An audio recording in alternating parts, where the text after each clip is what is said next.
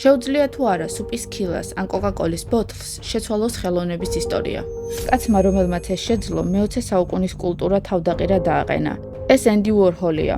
სანამ ტრადიციული აკადემიური სტილის მხატვრები საკუთარ გრძნობებს სტილოზე აქცევდნენ, უორჰოლმა სრულიად შოკის მომგვრელი რამ განაცხადა. მე მინდა ვიყო მანქანა. მან ხელოვნება მასობრივ წარმოებად, ქარხნულ პროცესად აქცია და თავის სტუდიასაც კი ქარხანა დაარქვა.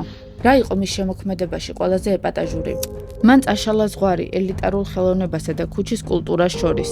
უორჰოლი ამბობდა, რომ დიდრებიც და ღარიბებიც ერთსა და იმავე კოკა-კოლას სვამენ და არც ერთი მილიონერი არ სვამს უკეთეს კოკა-კოლას, ვიდრე ქუჩის მაწანწალა.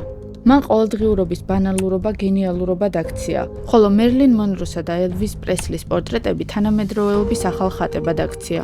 ის არ ეძებდა სილამაზეს კლასიკური გაგებით. ის უბრალოდ ასახავდა მომხმარებლურ საზოგადოებას და დიდების კულტს.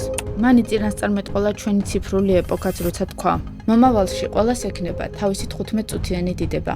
შენ რას ფიქრობ ენდი უორჰოლზე? დაწერე კომენტარებში.